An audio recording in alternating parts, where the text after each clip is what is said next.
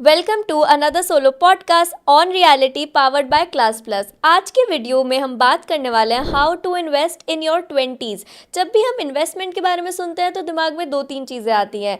Stocks में invest कर लो, trading कर लो, इंश्योरेंस खरीद लो, क्योंकि यूट्यूब पर भी मैक्सिमम वीडियोस इन्वेस्टमेंट के बारे में इन्हीं टॉपिक्स पर है। बट दिक्कत ये है कि अगर हमें इन सब चीज़ों में इन्वेस्ट करना है उसके लिए एटलीस्ट हमारे पास 15-20 हज़ार रुपये हर महीने होने चाहिए इन्वेस्ट करने के लिए।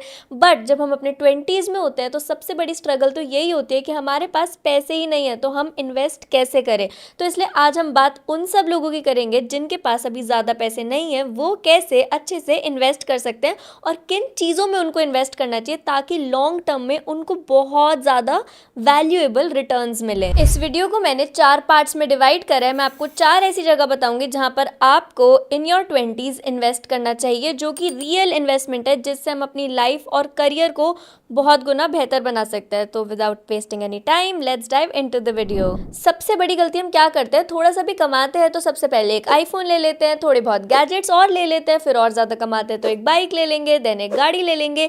ये सारी गलतियां मैंने भी करी हैं, इसलिए आज मैं ये वीडियो को बना रही हूँ। बट आपको पता है, अगर इस पैसे को हम सही जगह, इस पैसे को और प्लस अपनी एनर्जी को भी अगर हम सही जगह लगाएंगे तो बाद में लग्जरी, घर, गाड़ी सब कुछ ऑटोमेटिकली आ जाएगा। और इसमें मेन इशू पता है क्या है, मिडिल क्लास फैमिलीज में हमें बताया ही नहीं जाता कि किस पॉइंट पे कौन सी चीज़ पे इन्वेस्ट करना ज़्यादा इंपॉर्टेंट है। क्योंकि हम शुरू से ही देखते हैं कि शादियों पर कितना खर्चा होता है, बर्थडेज पे कितना खर्चा होता है, बट नॉर्मली अगर कोई बीमार पड़ जाए तो हम सस्ते से सस्ता ट्रीटमेंट ढूंढते हैं। इनफैक्ट अगर मैं आपको ही आज कहूँ कि 1000 रुपये की बुक है, आप इसे ले लो, तो शायद आप उसके लिए 5 बार सोचो, बट वहीं पे 5000 में कोई ट्रिप पर जा रहे होगे तो उसमें आप इमीडिएटली इन्वेस्ट कर दोगे। एंड इनफैक्ट इतने सारे 200-300 रुपए के इंटरनेट पे कोर्सेज भी होते हैं, या आपके साथ भी हुआ होगा, आपको कोर्स अच्छा भी लगा होगा, आपने देखा भी होगा, उसको खरीदने का सोचा भी होगा, बट फिर भी नहीं खरीदा होगा। And on the other hand 500-600 रुपये तो दिन के आप यहाँ वहाँ उल्टी सीधी चीज़ों में ही खर्च कर देते होगे।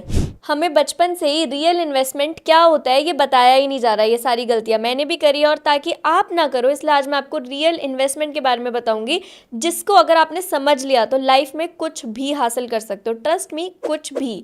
तो हम 4 चीज़ों की बात करना अब चालू करते हैं। पहले मैं आपको बता देती हूँ कि 4 चीज़ें कौन सी है। First is investment on skills, second is investment on relationships, third is investment on health, and fourth is money investment. तो चलो पहले बात करते हैं इन्वेस्टमेंट ऑन स्किल्स की। आपने देखा होगा कि 2 टाइप के लोग होते हैं। एक ऐसा इंसान जो एक जगह नौकरी कर रहा है, सालों से वही नौकरी कर रहा है, पैकेज भी कुछ खास नहीं है एंड कुछ ग्रोथ भी नहीं मिल रही। वहीं पे दूसरा इंसान 1-2 साल ही कहीं नौकरी करके या तो उसी कंपनी में और ज़्यादा ग्रोथ लेता है या फिर कंपनी स्विच करता है ताकि वो और ज़्यादा ग्रो करे। एंड हम देखते हैं 4-5 साल के अंदर ही जैसे उन्होंने स्टार्ट करा था वो उससे काफ़ी आगे बढ़ चुके हैं। दोनों में फ़र्क क्या है, एक इंसान अपनी स्किल को डेवलप ही नहीं कर रहा, कुछ नया सीख ही नहीं रहा, मोनोटोनस काम कर रहा है, जो उसको आता है रोज़ रोज़ रोज़ वही करे जा रहा है। वहीं पर दूसरा इंसान डेली कुछ ना कुछ नया सीख रहा है, कुछ ना कुछ वैल्यू ऐड कर रहा है एंड फिर अपनी स्किल्स को अपग्रेड कर रहा है, इसलिए उसको ग्रोथ मिल रही है। तो अगर आप नई स्किल्स नहीं सीखोगे तो आप आज जैसे इंसान हो, 2 साल बाद भी आप वैसे ही इंसान रहोगे। और जब हम देखते हैं कि किसी की पर्सनालिटी में चेंज आ गया, जब हम कहते हैं यार कॉलेज जाते ही उसकी तो पर्सनालिटी बहुत अच्छी हो गई, या जब से उसकी जॉब लगी है उसकी पर्सनालिटी बहुत अच्छी हो गई, वो ऐसा क्यों होता है? क्योंकि तब उनकी स्किल्स डेवलप हो जाती हैं। तो अगर आपको अब से बेहतर बनना है तो आपको अपनी स्किल्स डेवलप करनी पड़ेंगी, क्योंकि एक नॉर्मल इंसान में और एक एक्सेप्शनल इंसान में फ़र्क सिर्फ स्किल्स का ही होता है। तो अब आप क्या करो, आप एक लिस्ट बनाओ कि अभी आप क्या क्या कर रहे हो, कौन सी चीज़ें आपके लिए सीखना अच्छा रहेगा और कौन सी चीज़ें आपके लिए सीखना इंपॉर्टेंट है, एंड फिर उन पे धीरे धीरे इन्वेस्ट करना चालू करो।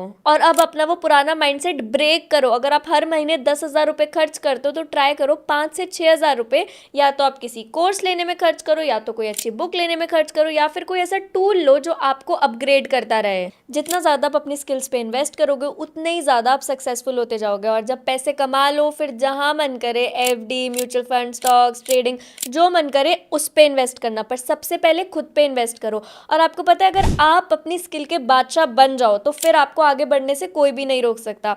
जैसे कि मैं आपको 2 लोगों का एग्जाम्पल देती हूँ। पहला एग्जाम्पल है डॉली जैन का। वो साड़ी पहनाने के 2 से 2.5 लाख रुपए तक लेती है। जितनी भी बॉलीवुड के एक्ट्रेसेस है, जब उनको साड़ी पहननी होती है तो वो डॉली जैन को बुलाते हैं। क्या वो एक ऐसा काम कर रही है जो बहुत ज़्यादा एक्सेप्शनल है? नहीं, बट वो अपनी फील्ड की, अपनी चीज़ की बादशाह है। उनको 270 अलग अलग तरीकों से साड़ीज पहनाने आती है। प्लस उनका एक वर्ल्ड रिकॉर्ड भी है जहां पर सिर्फ 18 सेकंड के अंदर अंदर उन्होंने एक साड़ी को ड्रेप करा। एंड वहीं पे एक सेलिब्रिटी हेयर ड्रेसर भी है आलिम हकीम, जो कि एक हेयर कट करने के 1-1.5 लाख रुपए ले लेता है। एंड मैक्सिमम बॉलीवुड के एक्टर्स उन्हीं से हेयर कट कराते हैं। तो क्या वो कोई ऐसा काम कर रहे हैं जो बहुत ज़्यादा एक्सेप्शनल है? अगेन नहीं, बट वो उन्होंने अपनी स्किल्स पे इन्वेस्ट करा। वो अपनी स्किल के बादशाह है। वो जो करते हैं परफेक्शनिज्म से करते हैं एंड उस चीज़ पे ही उनकी मास्टरी है। सो ये दोनों एग्जांपल से हम क्या सीखते हैं कि अगर आप अपने स्किल सेट को अपनी फील्ड में बहुत ज़्यादा नेक्स्ट लेवल पर ले जाओ तो आप एक छोटी सी चीज़ के भी बहुत ज़्यादा पैसे ले सकते हो। अब बहुत सारे लोग कहेंगे इनकी तो किस्मत चल गई, ये तो ऐसा इसलिए हो गया क्योंकि इनके पास ये था वो था। बट मेरे भाई, कुछ तो तुम्हारे पास भी होगा ना कोई चीज़, एडवांटेज कुछ तो तुम्हारे पास भी होगा। कोई ना कोई स्किल तो भगवान ने तुम्हें भी दी होगी। बिकॉज आपको पता है, किस्मत, जब हम कहते हैं किसी की किस्मत चल गई, तो किस्मत क्या होता है? जब हमारी तैयारी एक अपॉर्चुनिटी से मिल जाती है, जब हमारी प्रैक्टिस, हमारी तैयारी, हमारी मेहनत एक अपॉर्चुनिटी से टकरा जाती है, तो उसको ही हम किस्मत कहते हैं। एंड जब एक घड़े को आप धीरे धीरे भरते रहते हो तो एक ना एक दिन तो उससे पानी निकल के छलकेगा ना, उस छलकने को ही हम किस्मत कहते हैं। तो किस्मत कोई आउट ऑफ द वर्ल्ड चीज़ नहीं है जो भगवान किसी एक पर्सन को ही दे देते हैं। किस्मत कोई भी बना सकता है, बस आपको तैयारी करते रहना है। अपॉर्चुनिटी आएगी ही आएगी। अपॉर्चुनिटी तो हमारे आसपास फैली हुई है। इनफैक्ट एक थ्योरी भी है, रेड कार थ्योरी। अगर मैं आपसे कहूँ कि आज आपने सुबह से कितनी लाल गाड़ियाँ देखी जब आप सड़क पर थे, तो आप कहोगे शायद 1 देखी, 2 देखी, नहीं देखी। बट अगर वहीं पर मैं आपको ये कहूँ कि मैं आपको 1000 रुपये दूंगी on every red car you see, then you will start looking for red cars around you. वो क्यों? क्योंकि अब आपको लग रहा है कि आपको उस चीज़ के पैसे मिल रहे हैं। ऐसी अपॉर्चुनिटीज़ लाल गाड़ियों की तरह हमारे आसपास हैं, बट हम उनको देख ही नहीं रहे हैं। बिकॉज हमें ऐसा लग रहा है इससे क्या होगा, इससे क्या फ़ायदा होगा, क्योंकि हमारी तैयारी नहीं है। तो जब हम तैयारी करते रहते हैं ना, तब हम अपॉर्चुनिटी देखने के लिए भी विजिलेंट हो जाते हैं।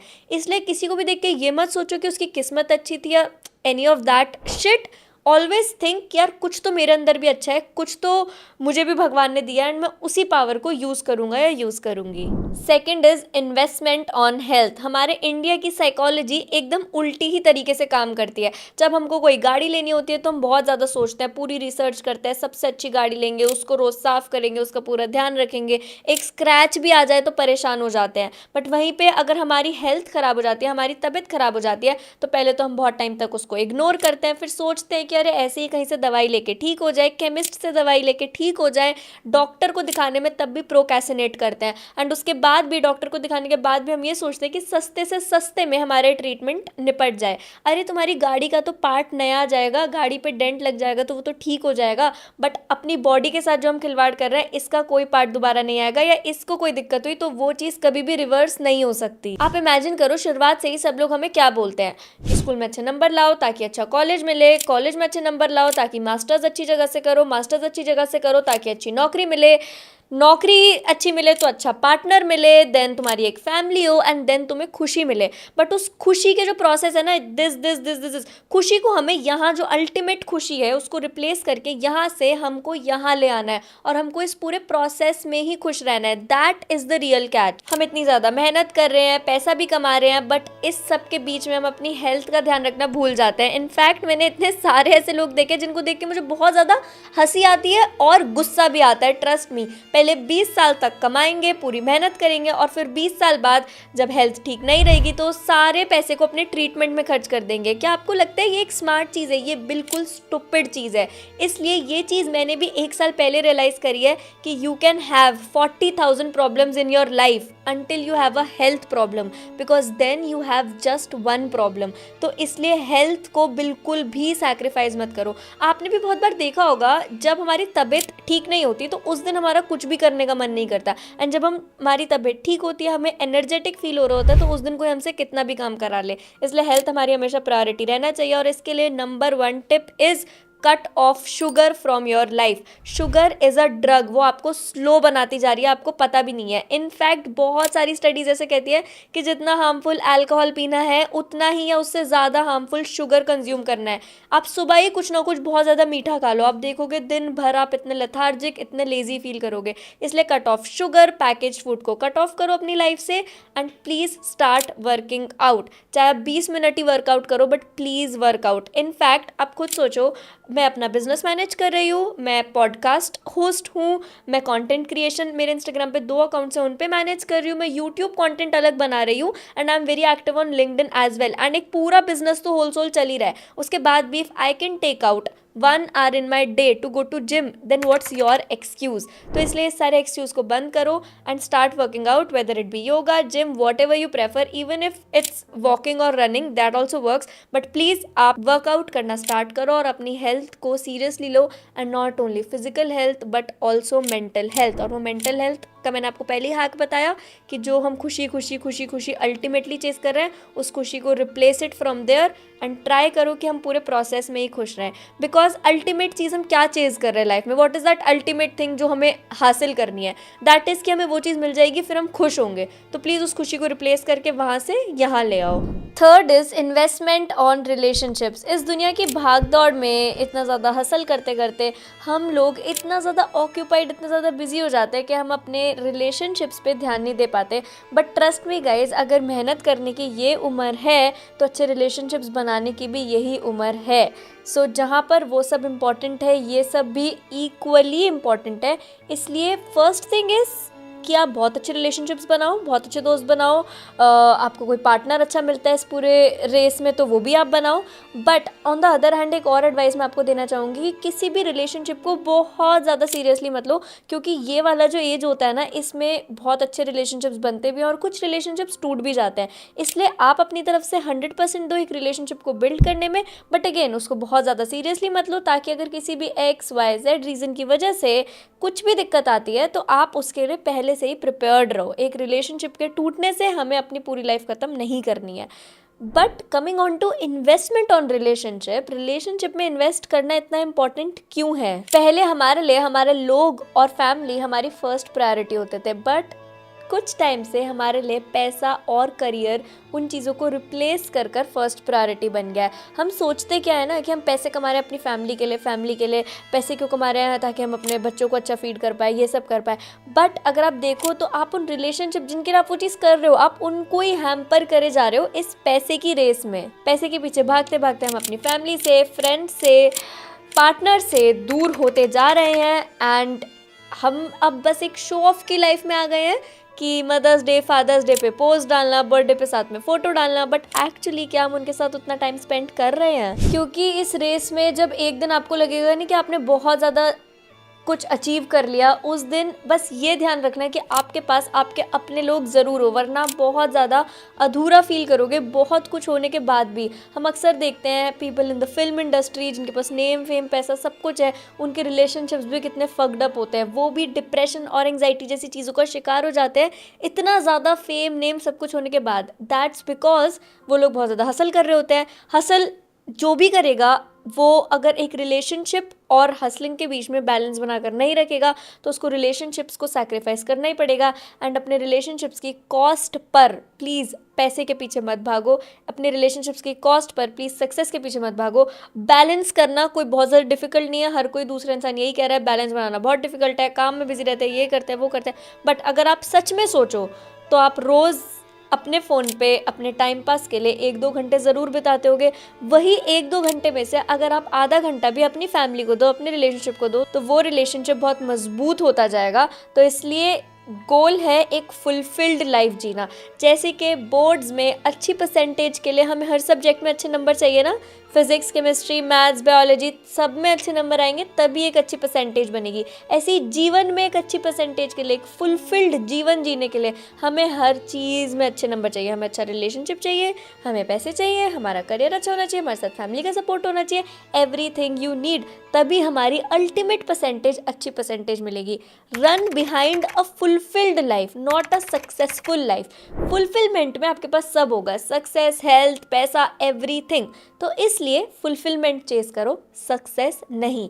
फुलफिलमेंट चेस करोगे तो सक्सेस वगैरह ये सब चीज़ें तो झक मार के तुम्हारे पीछे आएगी। Now coming on to the fourth thing which is money investment. जिस टाइप के इन्वेस्टमेंट की हर कोई बात करता है, तो ये इन्वेस्टमेंट भी बहुत ज़्यादा ज़रूरी है और इसको कैसे करना है, कैसे मैनेज करना है, अब हम उसकी बात करते हैं। क्योंकि अगर आप डिसेंट पैसे कमा रहे हो तो बहुत ज़्यादा इंपॉर्टेंट है कि आपका फ्यूचर सिक्योर हो और उस पैसे को आप ऐसी जगह इन्वेस्ट करो जहाँ पर आपको अच्छा ROI मिले, रिटर्न ऑन इन्वेस्टमेंट, ताकि आप एक सेटिस्फैक्ट्री जीवन बिता पाओ। सो कैसे हम एक अच्छा ROI अचीव कर सकते हैं और कैसे हम अपनी मनी को मैनेज कर सकते हैं, उसके बारे में अब हम बात करते हैं। सबसे पहले आपके बेसिक्स क्लियर होने चाहिए। आप ये डिसाइड कर लो कि आपको एग्जैक्टली पैसे इन्वेस्ट कहाँ करना है। For example savings, budgeting, investment products, retirement planning, tax planning और क्या क्या चीज़ें जहाँ पर आप इन्वेस्ट कर कर अच्छा ROI पाना चाहते हो। एंड इसके बाद आपको अपना इन्वेस्टमेंट गोल डिसाइड करना है कि आपको शॉर्ट टर्म में इन्वेस्ट करना है या आपको लॉन्ग टर्म में इन्वेस्ट करना है और कौन सा आपके लिए अफोर्डेबल एंड फीजिबल है। फिर आता है कि आपको इन्वेस्ट करना कितना चाहिए। उसके लिए 50-30-20 रूल को हम फॉलो कर सकते हैं। इसका मतलब है कि पूरे इनकम का 50% आपके रिक्वायरमेंट के लिए और 30% आपके गोल्स और डिजायर के लिए, बाकी 20%